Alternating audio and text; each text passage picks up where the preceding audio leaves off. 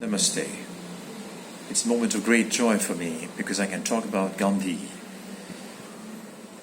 and his quest for light, his quest for human dignity.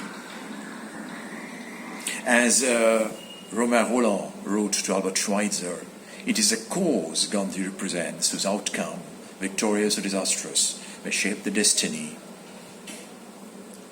of all of us for a century or more.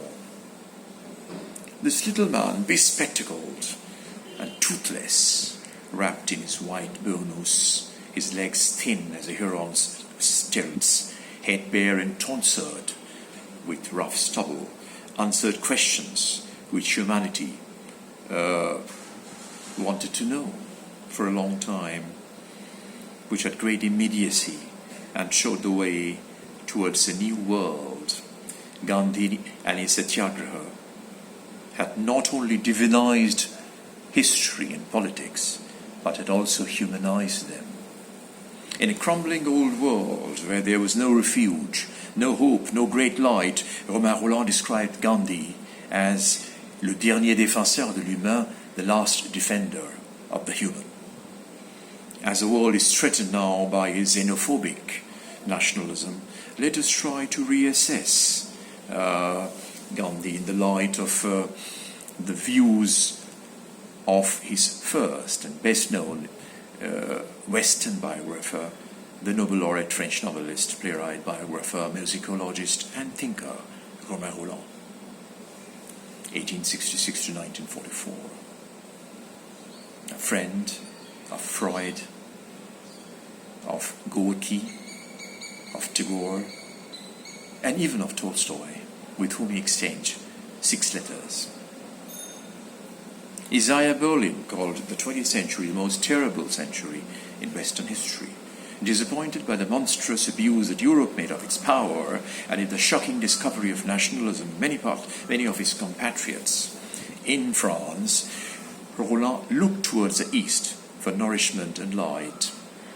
Gandhi seemed to be able to respond to his quest and to our quest, the quest of everyone here in Sarajevo and the rest of the world, for an alternative discourse at that critical moment of history.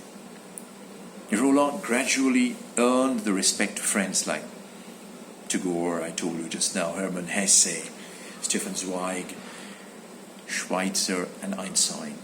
As Europe was falling like a stone, he stretched out his hands towards India. His diary on India began with a call for a universal Kulturkampf, une guerre mondiale des cœurs et des esprits, a world war of hearts and minds that can give birth to a new discourse of regeneration without the mask of falsehood. Rolland had first thought of Gandhi and his passive resistance, his magnetic effect, from Dilip Kumar Rai, a Bengali musician who came to visit him in Paris on 23rd August 1920. Rolland noted down in his newly opened diary on India, Gandhi preaches passive resistance to them and turns them away from violence. He seems to have been influenced by Tolstoy's ideas. No wonder that he was drawn towards Gandhi's indigenous alternative model at a moment of crisis. And the crisis continues for all of us in the present world. Rolland explored Gandhi's writings with the help of his sister Madeleine and wrote to a publisher in 1922, I see in Gandhi the highest and purest type of spiritual nationalism, a type which is unique today, which could well be offered as a model to the egoistic and materialized nationalisms. And he jotted down in his diary, he's a nationalist, but of the greatest, loftiest kind, a kind which should be a model for all the petty, base, or even criminal nationalisms in Europe. 1922. He researched for 6 to 8 months and composed a text in 3 weeks, What Rolland attempted here, like in all his biographies, is a combination of identification with the subject of the biography, objective analysis, and personal imagination.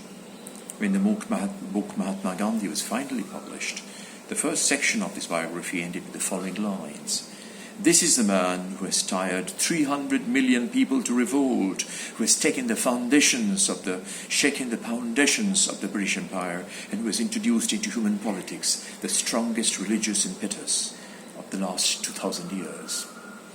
In a moment of unprecedented crisis in civilization, Rolland would gradually be drawn towards Gandhi's blend of individualism, activism, and morality, and his staunch opposition to oppression, and the way he pitted the spiritual East against the acquisitive West. He liked his humility and stubbornness. India had lost the faculty to say no, Rolland observed. Gandhi returned it to her, not only to India, but to everyone. Referring to Tagore and Gandhi, Rolland wrote that very few acknowledged in the West the two great minds, both moved by mutual admiration and esteem, but as fatally separated in their feeling as a philosopher can be from an apostle, a Saint Paul from a Plato. Then he focused on Gandhi more emphatically. There is hardly anyone who is worthier than Gandhi in this gallery of heroes. There is certainly no one in the West, far from it. Despite the reservations one may have about certain ideas of Gandhi, I admire and respect him. He wondered why Gandhi's action of 20 years in South Africa has not had more reverberation in Europe, which what he thought was a proof of the incredible narrowness of view of our political men, historians, and men of faith. As the years of economic depression set in, Rolland sent a glowing text to Reginald Reynolds on Gandhi's birthday in 1930. He wrote, "Amidst the tempests in which the sinking ship of our civilization risks vanishing with all its cargo, he is the star that shows us the way, the only way still open, that leads to salvation." This revolution does not breed opposition between races, classes, nations, and religions. It brings them together. It awakens in every man the deep fire of the one soul. It reminds the free spirits how to be free. It reminds all men how to respect in each other, equal sons of the same Father, the spirit of light and love.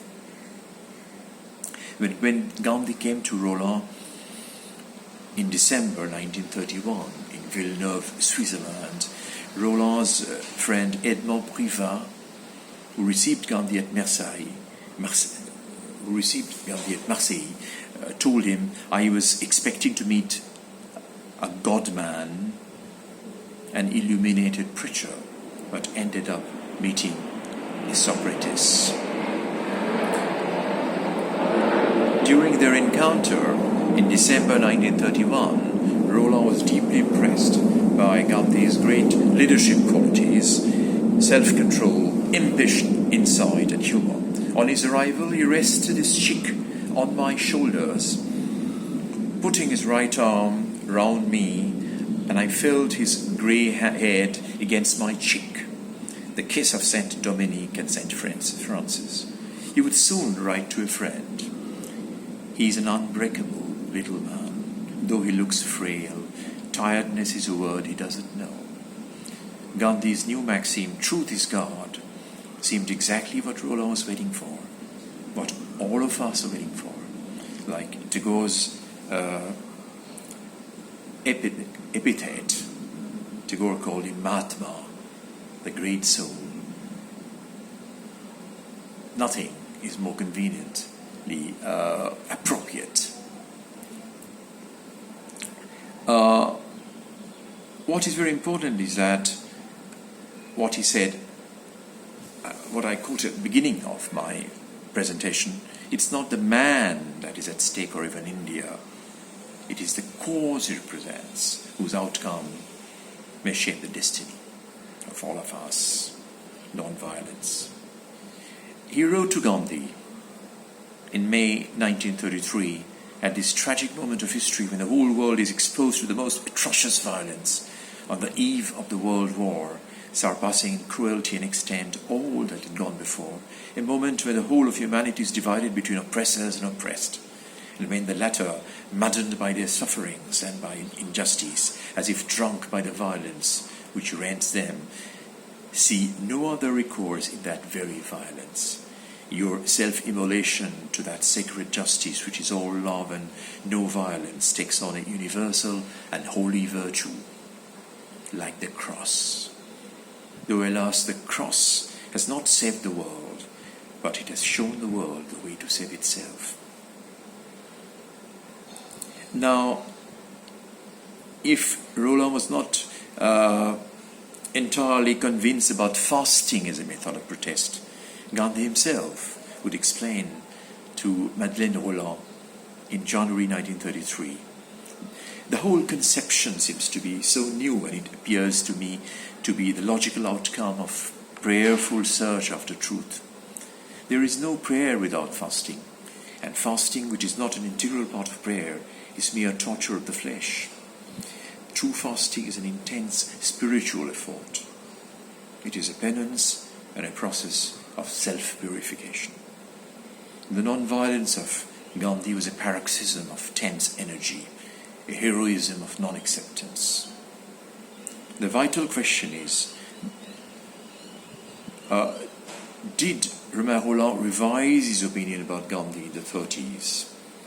Like many Western scholars, like Bernard du Châtelet, Richard Francis, and David James Fisher. As fascism showed its fangs, Rolland gradually moved into the Soviet space for a solution to the world crisis. But he wanted to unite. Look at the beauty of the idea, even if it's too abstract to be true. He tried to unite Lenin and Gandhi, an experiment that no one else had dared to think of. He still remained steadfast in his faith in the Christ of India. My judgment on Gandhi has not changed at all. Gandhi extends human energy to the utmost limits. As the Second World War rattled the shutters of the window, he would re-evaluate Gandhi in the final phase of a long struggle against injustice and pain.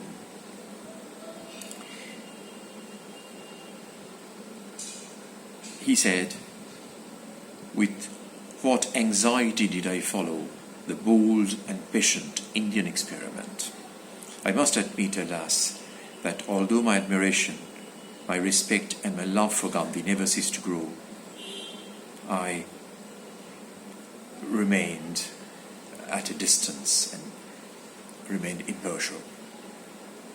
Wavering between two extreme poles, Rolland still adored Gandhi and his spirit, which was in constant evolution, in the dark days of the German occupation in France and the Second World War. But he did admit in 1939, on the eve of the disaster of the war, politics is a terrible business. Politics is a terrible business, with very little connecting it with ethics. Gandhi's efforts have been directed precisely at marrying the two. Gandhi's assassination remains symbolic to all mankind. I end this presentation at Sarajevo with two quotes from Gandhiji, so incessantly relevant in these changing times. An eye for an eye makes the whole world blind. An eye for an eye makes the whole world blind. Then you must be the change you wish to see in the world. You must be the change you wish to see in the world.